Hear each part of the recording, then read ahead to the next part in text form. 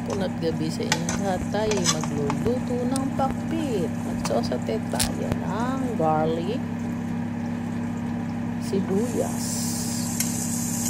onion and tomato. Habang hinahalo ko siya hanggang siya golden brown at malanta ang sibuyas. Ang mga sahog ng pakbit ko ay kalabasa, sitaw, swing, salt and pepper. Ayan po mga sarayat. Lalagyan na po natin ang kamatis at balata. Habang hinahalo ko po siya ay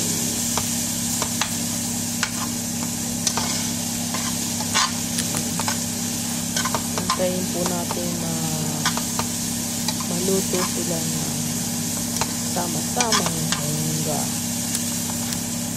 para masarap.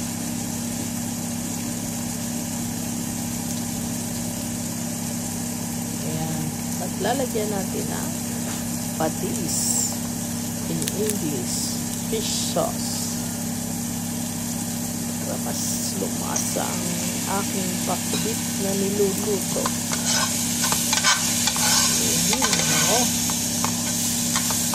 Yun ang mga sikreto ng mga pagluluto. Isote mo ng maayos.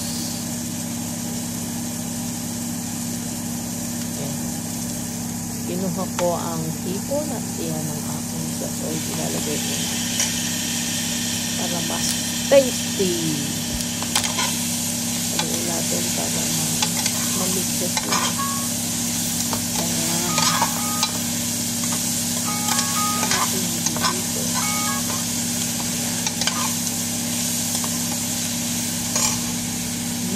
Bungo.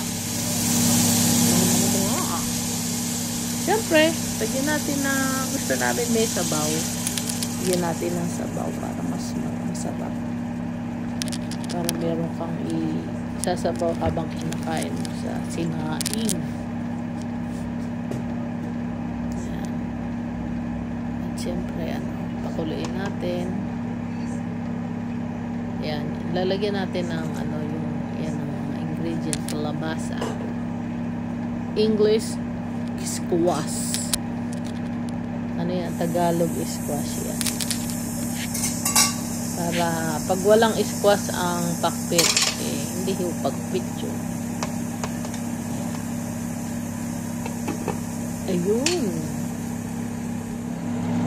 Ayun na po siya. May ang ingredient pa rin po, talong, at saka nilagyan ko pa rin ng sitaw. Ayan po ang, at saka squash. Green beans, eggplant, and squash. Yun po ang vegetable ng aking niluluto.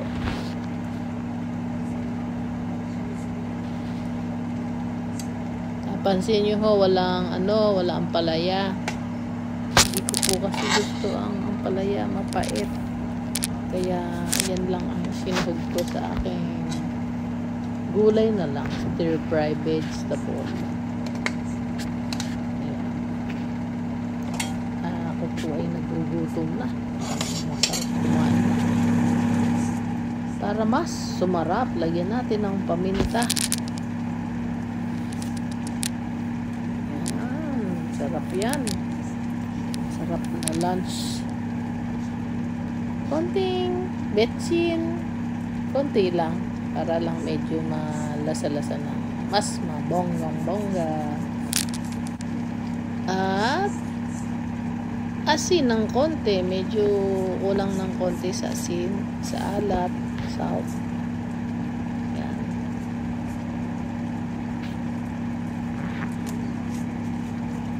Habang inaantay po natin siya ay konting halo. Haluin natin. Mix yung flavor nila sa isa't isa.